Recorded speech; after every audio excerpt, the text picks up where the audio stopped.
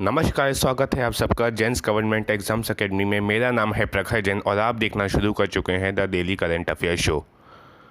आइए देखते हैं 19 जुलाई 2020 की मुख्य खबरें। सबसे पहली खबर है 22 जुलाई को शपथ लेंगे राज्यसभा सदस्य। राज्यसभा के नवनिर्वाचित सदस्यों को 22 जुलाई 2020 को शपथ दिलाई जाएगी। अंतर सत्र के दौरान पहली बार सदन के कक्ष में शपथ दिलाई जाएगी। शपथ या पुष्टि आमतौर पर सत्र के दौरान या राज्यसभा के सभापति के एक ही सदन सत्र में नहीं होता है। अगली खबर है भारत और अमेरिका के बीच समझौता। भारत और अमेरिका ने रणनीतिक पेट्रोलियम रिजर्व विकसित करने के लिए एक समझौता ज्ञापन पर हस्ताक्षर किए हैं। भारत के भंडार को बढ़ाने के लिए अमेरिका में कच्चे तेल के भंडारण के लिए दोनों देश चर्चा के एक उन्नत चरण में हैं। स्ट्रेटेजिक पेट्रोलियम रिजर्व प्रोग्राम में सहयोग भारत की ऊर्जा सुरक्षा को और मजबूत करेगा और भारत के भविष्य के SPR कार्यक्रमों में अधिक से अधिक अमेरिकी निवेश और सहयोग का मार्ग प्रशस्त करेगा।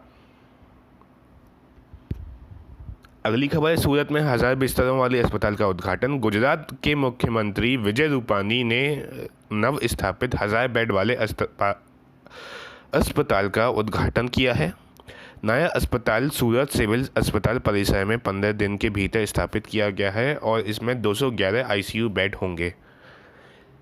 यह न केवल पर्याप्त बेड प्रदान करेगा बल्कि कोविड-19 कोरोना रोगियों को आधुनिक उपचार सुविधाएं भी प्रदान करेगा। अगली खबर पाकिस्तान चीन ने की समझौता। पाकिस्तान और चीन ने पाकिस्तान अधिकृत कश्मीर यानी कि पाकिस्तान ऑक्यूपाइड कश्मीर के सुरघोटी जिले में झेलम नदी पर 700 मील की आज़ाद पट्टान जल विद्युत परियोजना के लिए एक समझौते पर हस्ताक्षर किए हैं। $1.5 बिलियन की ये परियोजना पाकिस्तान आर्थिक गलियारे CPEC यानी कि चाइना पाकिस्तान इकोनॉमिक कॉरिडोर के तहत दूसरी बिजली परियोजना है। 1100 हेलीकॉप्टर कोहला परियोजना के लिए पहला समझौता 23 जून 2020 को हस्ताक्षरित किया गया था। अगली खबर है कचरे से विद्युत बनाएगा उत्तराखंड। उत्तराखंड सरकार ने वेस्ट टू एनर्जी नामक एक पहल के तहत राज्य में उत्पन्न कचरे को बिजली में बदलने का फैसला किया है। यह योजना का लक्ष्य पहाड़ी राज्य में ठोस कचरे के निपटान के लिए लैंडफिल की उपलब्धता की समस्या को हल करना है, जिसमें पहाड़ी क्षेत्रों में 13 में से 10 जिले हैं। पहाड़ी राज्य वर्तमान में प्रतिदिन 900 टन कचरा उत्पन्न होता है। अगली खबर है ओसुका बनी गैबोन की पहली महिला प्रधानमंत्री। गैबोन के राष्ट्रपति अली बेंगो ओनडिम्बा ने रोस क्रिस्टियन ओसुका रापोंडा को देश की पहली महिला प्रधानमंत्री नियुक्त किया है। ओसुका रापोंडा को रक्षा मंत्रालय से पदोन्नत किया गया था और उन्होंने जूलियन नेकोगे बेकालिक से पदभार संभाला, जिन्हें जनवरी 2019 में प्रधानमंत्री नियुक्त किया गया था।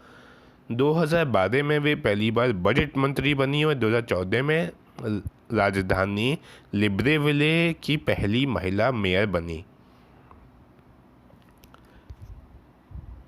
ये गैबोन अफ्रीका महाद्वीप में पड़ता है और इक्वेटर से जस्ट पास में पड़ता है। अगली खबर है SC रेलवे के ओंगोल सब डिवीज़न को पुरस्कार। दक्षिण मध्य रेलवे के ओंगोल सब डिवीज़न कार्यालय ने जल शक्ति मंत्रालय से वाटर हीरोज पुरस्कार प्राप्त किया है। विजयवाड़ा डिवीज़न आंध्र प्रदेश दक्षिण मध्य रेलवे के ओंगोल उपमंडल कार्यालय को अप्रैल 2020 के महीने के लिए वाटर हीरोज अवार्ड में विजेता घोषित किया गया है। प्रतियोगिता 1 सितंबर 2019 से 30 जून 2020 तक की अवधि के लिए आयोजित की गई थी। अगली खबर है IIT ने लिए 75% के मानदंड को हटाने का निर्णय। IIT ने इस वर्ष कक्षा 12 में न्यूनतम 75% अंकों का प्रवेश मानदंड हटा दिया है। IIT के संयुक्त प्रवेश बोर्ड ने फैसला लिया है कि 12वीं कक्षा की परीक्षा देने वाले सभी योग्य उम्मीदवार अब किसी प्राप्त अंकों के साथ 2020 में IIT में प्रवेश के लिए पात्र होंगे। कई बोर्डों द्वारा कक्षा 12 की परीक्षाओं को आंशिक रूप से रद्द करने के मद्देनज़र यह निर्णय लिया गया। अगली खबर है अंतर्राष्ट्रीय नेल्सन मंडेला 18 जुलाई को मनाएगा। अंतर्राष्ट्रीय नेल्सन मंडेला दिवस नेल्सन मंडेला के सम्मान में मनाया जाता है और ये 18 जुलाई को उनके जन्मदिन पर मनाया जाता है। संयुक्त राष्ट्र महासभा ने आधिकारिक रूप से नवंबर 2009 में ये दिन घोषित किया और 18 जुलाई 2010 को पहला संयुक्त राष्ट्र मंडेला दिवस आयोजित किया गया। नेल्सन रोहिल्ला मंडेला एक राजनीतिक नेता और परोपकारी व्यक्ति थे जिन्होंने 1994 से 1999 तक दक्षिण अफ्रीका के राष्ट्रपति के रूप में कार्य किया था। अगली खबर है व्यापार के अवसरों का पता लगाएंगे NTPC NIIF। NTPC और national investment and infrastructure fund NIIF अब संयुक्त रूप से भारत में व्यापार के अवसरों का पता लगाएंगे। NIIF NTPC के साथ पारस्परिक हित के क्षेत्रों में निवेश के अवसरों का पता लगाने के लिए राष्ट्रीय निवेश और अवसंरचना फंड लिमिटेड NIIFL के माध्यम से कार्य करेगा, जैसे कि अक्षय ऊर्जा और बिजली वितरण। इसके लिए एक समझौता ज्ञापन पर 16 जुलाई 2020 को हस्ताक्षर किए गए थे।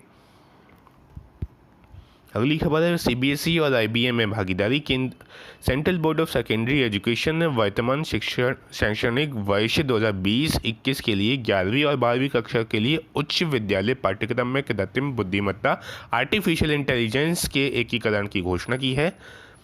IBM के सहयोग से विकसित यह पाठ्यक्रम CBSE के सोशल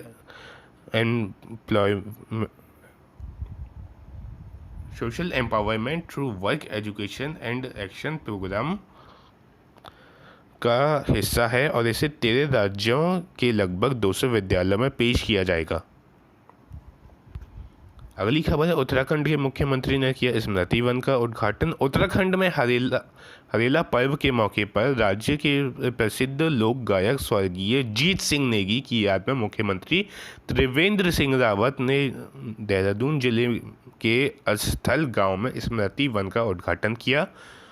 उत्तराखंड में मानसून की शुरुआत का प्रतीक हरेला पर्व हर वर्ष 3 बार पहाड़ियों में मनाया जाता है। हरेला का अर्थ होता है हरा भरा दिन। IIM जम्मू में 5 दिवसीय उन्मुखीकरण कार्यक्रम। केंद्रीय मंत्री डॉक्टर जितेंद्र सिंह ने 16 जुलाई 2020 को Indian institute of management Jammu में 5वीं बैच के MBA और PhD कार्यक्रम के पहले बैच के लिए 5 दिवसीय उन्मुखीकरण कार्यक्रम का उद्घाटन किया। उन्होंने यह भी बताया कि यूनियन टेरिटरी सरकार ने 25,000 करोड़ रुपए से अधिक के निवेश के साथ एक आउटरीच कार्यक्रम शुरू किया है जो छोटे जिलों में भी नए औद्योगिक हब और औद्योगिक संपदा की स्थापना का मार्ग प्रशस्त करेंगे। अगली खबर है भारत ने अमेरिका और फ्रांस के साथ जीता समझौता।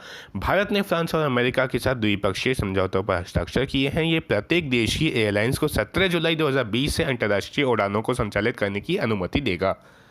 जर्मनी और यूनाइटेड किंगडम ब्रिटेन के साथ भी ऐसी ही व्यवस्था पर काम किया जा रहा है। अमेरिकन कैरियर यूनाइटेड एयरलाइंस 17 जुलाई से 31 जुलाई 2020 तक भारत और अमेरिका के बीच 18 उड़ानें भरेगी। अगली खबर है SEC दिल्ली बिल्डकॉन JV को मिला national highway authority of India से अनुबंध। दिल्ली बिल्डकॉन के साथ हिंदुस्तान कंस्ट्रक्शन कंपनी के संयुक्त उद्यम को 1900 करोड़ रुपए का national highway authority of India अनुबंध प्राप्त हुआ है। अनुबंध झारखंड और बिहार को जोड़ने के लिए 22 किलोमीटर की सड़क से के डिज़ाइन और निर्माण के लिए है। 1900 करोड़ रुपए की सड़क परियोजना जिसमें गंगा नदी पर 4 लेन का पुल शामिल होगा। झारखंड में साहिबगंज बाईपास को बिहार के मनिहारी बाईपास से जोड़ेगी। कहाँ से? झारखंड के साहिबगंज बाईपास और बिहार के मनिहारी बाईपास। नई नस्ल आयोग में भारतीय मूल के विशेषज्ञ। जून 2020 में प्रधानमंत्री बोरिस जॉनसन द्वारा घोषित एक नए आयोग में 2 भारतीय मूल के आयुक्त शामिल हैं, समीर शाह और अजय कक्कड़। नस्ल और जातीय विषमताओं को संबोधित करने के लिए ब्लैक लाइव्स मैटर अभियान के मद्देनज़र इसकी घोषणा की गई है। शिक्षा सलाहकार टोनी सीवेल की अध्यक्षता वाले स्वतंत्र आयोग में 10 सदस्य हैं। अगली खबर है, अरुण जेटली के परिवार ने किया पेंशन का दान। राज्यसभा सचिवालय के पूर्व केंद्रीय मंत्री अरुण जेटली के नाम पर एक कर्मचारी कल्याण योजना शुरू करने का फैसला किया है। अरुण जेटली, जिनका राज्यसभा से लंबा संबंध था, का अगस्त 2019 में निधन हो गया था।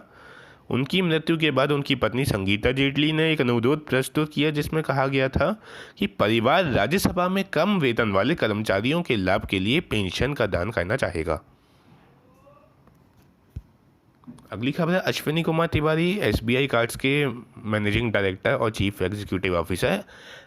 SBI cards and payment services ने अश्विनी कुमार तिवारी को अपना नया प्रबंध निदेशक और मुख्य कार्यकारी अधिकारी नामित किया है। उन्हें इस पद के लिए भारतीय स्टेट बैंक द्वारा नामित किया गया था और उनकी नियुक्ति 1 अगस्त 2020 से लागू होगी। नई नियुक्ति 2 वर्ष के लिए वैध होगी। तिवारी की नियुक्ति वर्तमान एमडी और सीईओ हरदयाल प्रसाद के इस्तीफा के बाद हो गई है।